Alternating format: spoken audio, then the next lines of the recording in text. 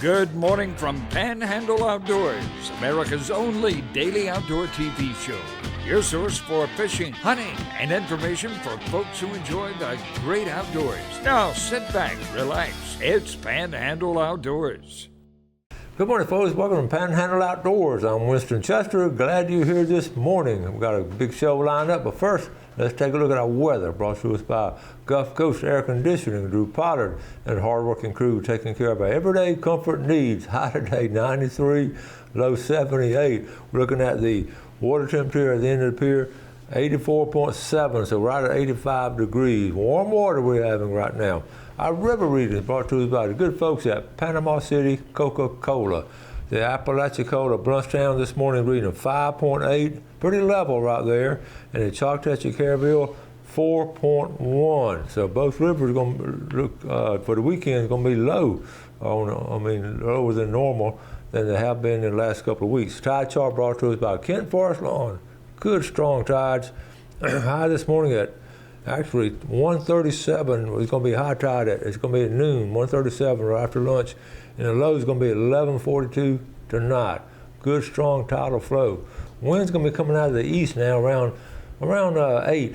Not a bad wind today. Let's take a break. We'll be right back with our special guest.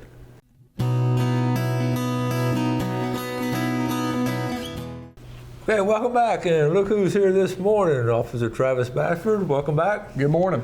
Good morning. And you sort of standing in for the last minute. You had to, what happened to our new PIO? Our new PIO, public information officer, comes on one time, but he's working. He is, and just covering for Chris. He's currently deployed in Texas, helping secure the southern border down there, working with Texas DPS, and asked me to come in and step in for him. So always fun to come on the show, and I'm glad to be here as always. And you've got a couple of pages of notes, so this is really good. So I'm going to let you get started.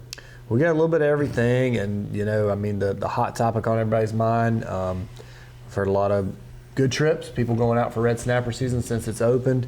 We've got the longest season we've had in a very long time. The longest season since state management of the fishery on the recreational side has taken effect, and we got 103 days total. Just want to remind everybody about red snapper season and a couple things. We've seen some issues come up, and first off, the season, it's going to run in the summer. We've got from, it's been since June 1st, going to run through July 31st. But in the fall, make sure you check those weekends. It's Fridays, Saturdays, and Sundays. There's a couple Mondays in there. There is a Thursday around Thanksgiving. So just go online, check those weekends. But pretty much every weekend in the fall, we're going to have it. People are bringing in some big catches. Coach and I were talking about on the break, the one thing right now, gag group are still closed. So when you catch those fish, a lot of people catch nice gags as they're snapper fishing. We just want to encourage everyone to do everything you can to try to increase the survivability rate, which would mean once you get the fish on and get him on board, if it's a gag and it's closed, try to vent that fish and get them back, return to the water safely. I'm joking with people over the weekend, because when you catch a real nice gag grouper, you like to keep it, but when it's closed season, it's closed season. Yeah. And I just tell them mark those numbers and, be able to come back when it opens up later in the year. So just want to encourage everyone there. And then, another thing on the grouper side, we've got the closure of red grouper going to be July 1. So the entire month of June, you'll have red grouper and red snapper open. But that's a closure that FWC is doing to remain consistent with the Gulf Federal closure out in federal waters. So you've been hearing about some good snapper catches? Yes, I've got a lot of pictures on it. It's been a good, of course, interesting enough, I mentioned this, that opening Saturday was hard, no one went out. And we were rough.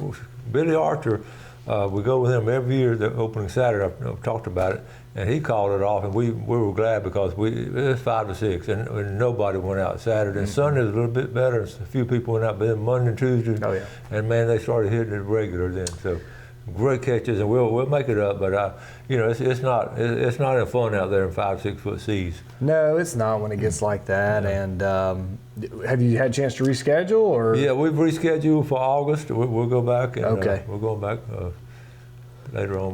It's going to be in July, I think. I've got to check my calendar. Good deal. Yeah.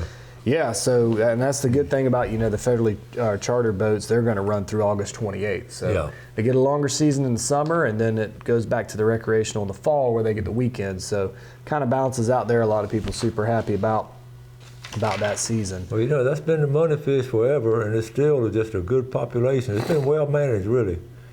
It has, and we're seeing some really good catches. I know people had to be patient for a long time with it, but 103 days, people are happy, bringing in good catches, and hopefully we get some calm seas to get out there consistently.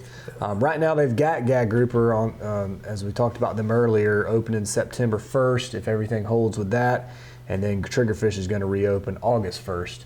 So just want to remind everyone, we encourage everyone, go to myfwc.com, click on saltwater fishing, go to the regulations there, and then also Fish Rules, the app, is a great resource to have on your smartphone or device. I couldn't keep up if I didn't have Fish app. We'll talk about it too. It's great. And, I tell you what's been a good fish all through, and then beeliners. Oh yeah, there's been a steady catch of beeliners. You're right, and some really nice ones too. Yeah.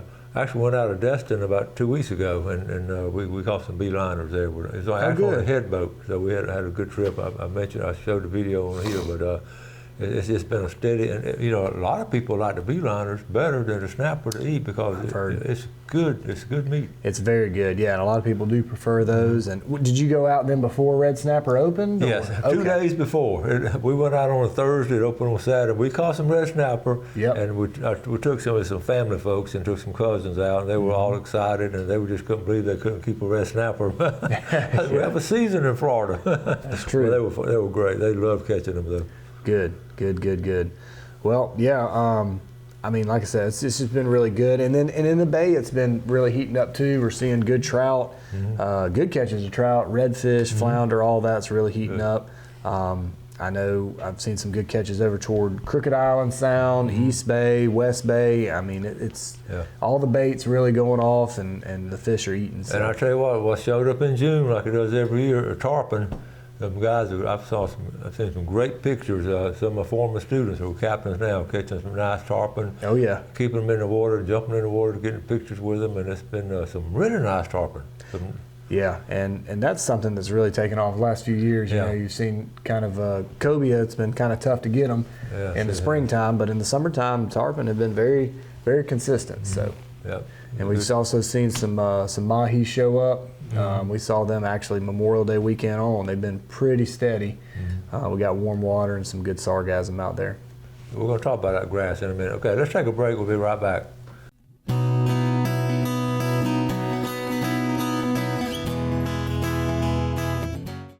Okay, welcome back. So here we're Officer Travis Bassford. Always great having him. They got a great legacy as far as outdoors and roots up there in Jackson County. Still got your cousins and all up there, and the farmland and everything. And absolutely. And so we're always glad to have him on because we get to share so many stories.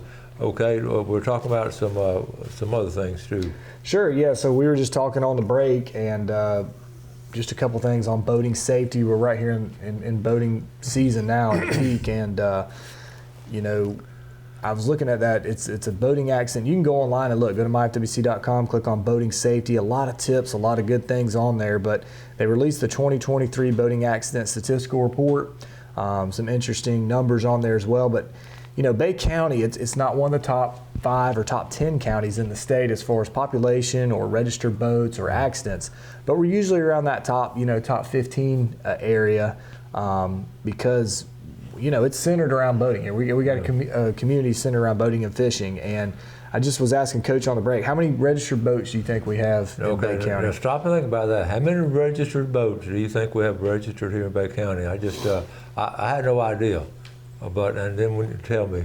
So, yeah, I mean, we know we have a lot of people, but not everyone has a boat. It's always better to know somebody with a boat, really, than to have to deal with all the maintenance. But over 18,000 registered vessels here in Bay County now. I couldn't believe that. 18,000 registered vessels right here in Bay County. Right, and that includes recreational, commercial, personal watercraft. I mean, all of them together. Wow. And that's a lot of boats. Yeah. And when you think about it from an enforcement perspective, let's say, like on a busy weekend, let's say Snapper's open and it's a nice day. Let's say we only have, a quarter of those boats out. We've got almost 5,000 boats on the water it's a lot. It's a lot to handle, and it's FWC and Coast Guard really on the water trying to regulate that and keep everybody safe. Wow. So you think about it, that's a lot. I mean, you look at those numbers for Miami-Dade and Broward County, it's a lot more, but that's a lot for us, and our area has grown a lot, especially in recent years. So just want to remind everyone to be safe.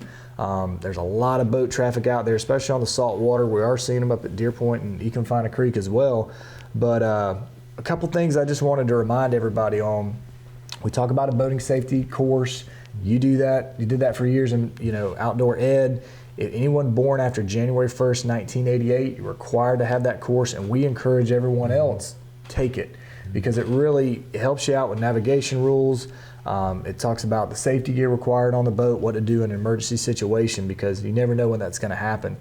I was with some friends on the weekend, and there was another lady, her husband had went out, and just said, "Hey, where'd he go?" She goes, "Well, I don't know."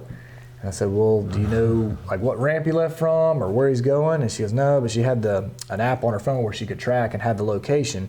But that's one thing that would really help us as first responders and your loved one in case of an emergency is have a float plan, have the time, the location, the ramp they're leaving from, and who they're going with, and description of the boat. You go fishing, you think about over your lifetime, if you're an outdoorsman, hundreds of times, if not thousands of times, that one time something goes wrong, if you've told someone where you are, when you're expected back, who you're going with, and description of the boat, it can really help as far as getting you back in if you get in a bind. So. That's a great point. We talk about that a lot. You've got to let people know. And sometimes you may say, "Well, I got my cell phone with me," but you don't have service. And so if you get up in these woods like where I'm at, I can't get service. So that's true. That's true. So just a lot of really good tips on there on boating safety, and that was the main three things in that accident statistical report was, make sure that you have a float plan, make sure you're not under the influence or impaired by alcohol, drugs, or controlled substance, and then make sure you have your life jackets, because those are the three things that can get people, like I say, in a bind out there on the water. So. So what else are you hearing about on the bay side of things? I know we're talking about boats and all about, and of course, so much on social media now. And a lot of just legitimate sites, like red fishing here and surf fishing and all that. So I glean all those. One thing I'm noticing on the Econfina, there's a lot of boats on the Econfina now. Oh yeah, I mean, in just the last couple of years, it seems like it's just exploded. It has. And I know people have property up there, and they had it for years, generation, and they said they've never seen anything like it. Right. And, there's a lot of traffic up there, and it's a small creek. I mean, I grew up on that creek. I grew up on Deer Point and Econfina. I used to take a little canoe from the south end of the lake. I'd go all the way up the creek, all the way into Washington County and swim and fish all day and then come back.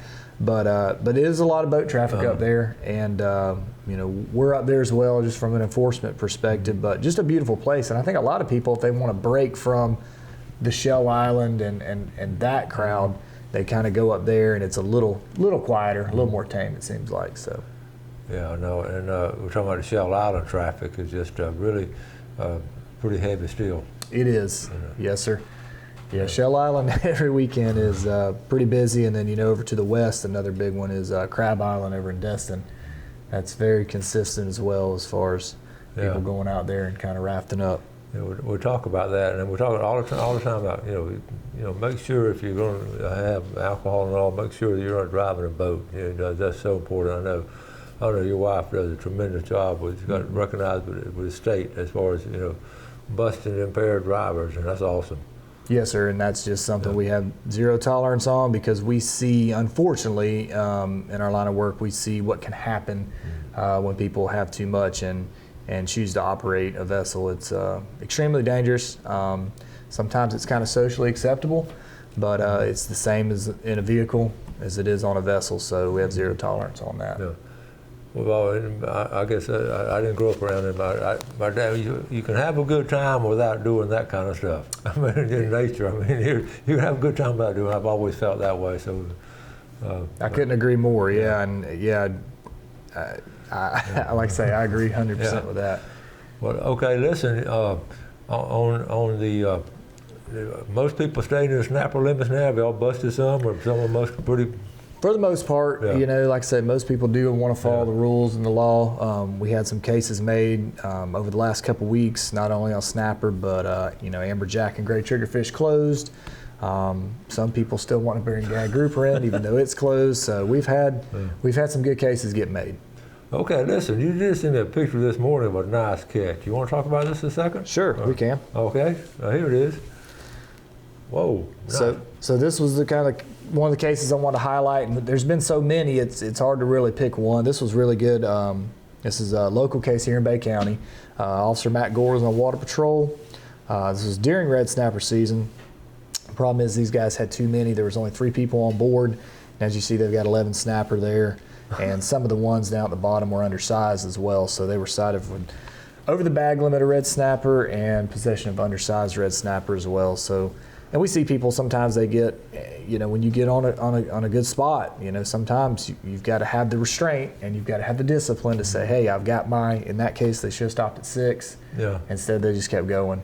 And we're talking about sometimes they won't have a 2-day limit. They think they can go out at 11 at midnight or whatever, or the day before, and then, but you got to have 2 captains on board. You were talking about that.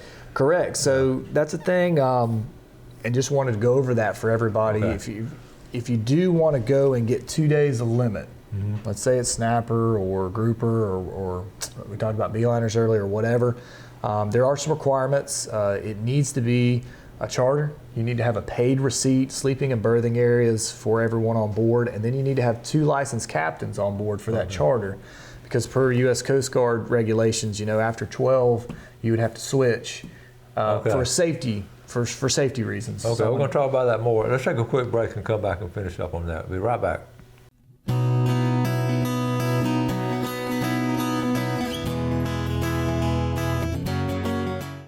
Okay, welcome back. Let's take a look at our fishing game time today. Brought to us by Blue Water Outriggers in Port St. Joe, 4:41 to 6:41 this morning and this evening, 5:02 to 7:02.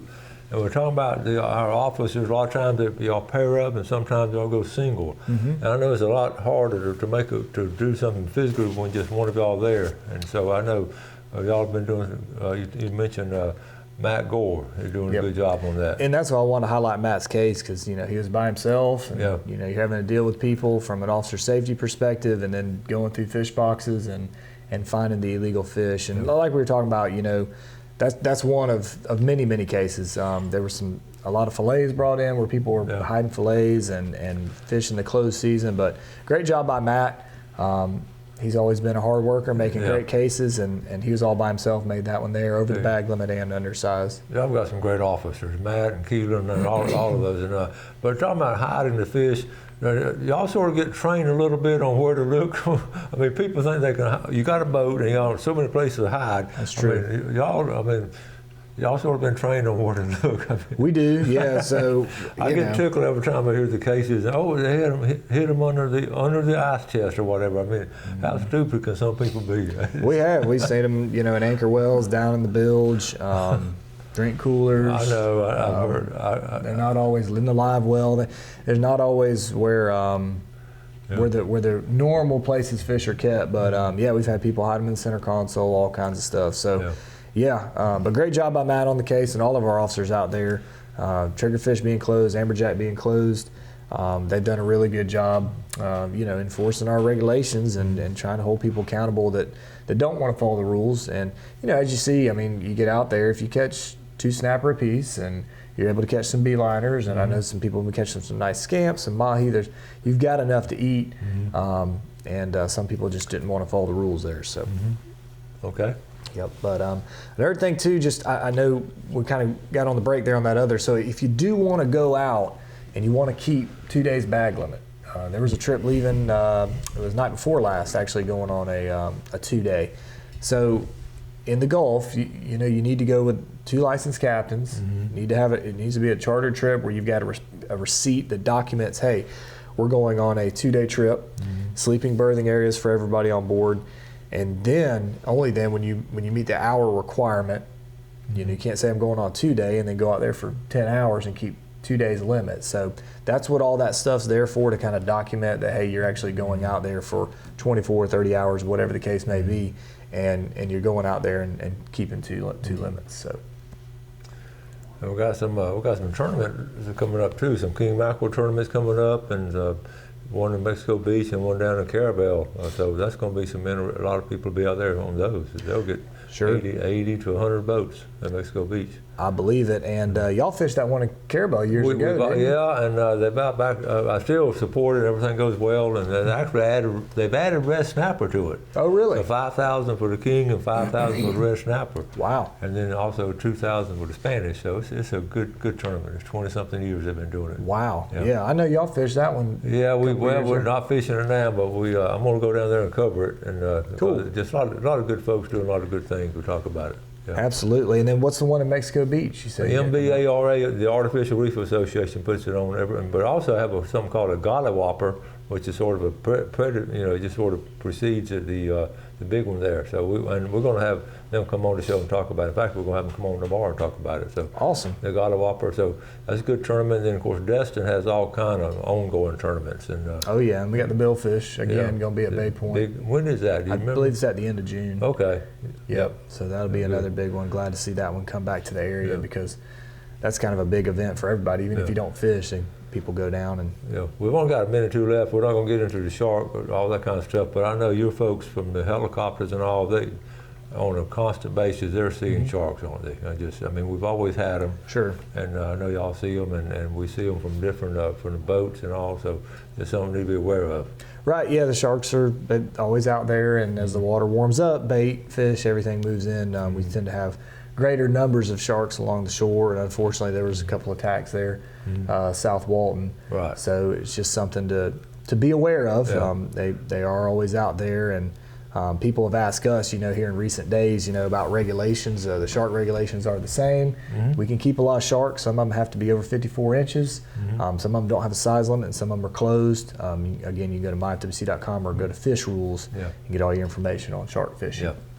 And real quick on freshwater, you see, how's the freshwater looking? Nobody doing good on that? Freshwater's doing good. It's starting to get hot, but that last full moon we had, Wimico, they were doing really good on Bremen Shellcracker over there in Wimico. Yeah, and trot lines and bush hooks, y'all still seeing those pretty regular? Yes, sir. Most people know what they're doing with those. Oh yeah, they do, and we've got people recreational side of it, and we've got some commercial as well, and that'd be something great we can go over on the next show for sure. Yeah, that's always interesting, and I have some friends we enjoy doing it ourselves.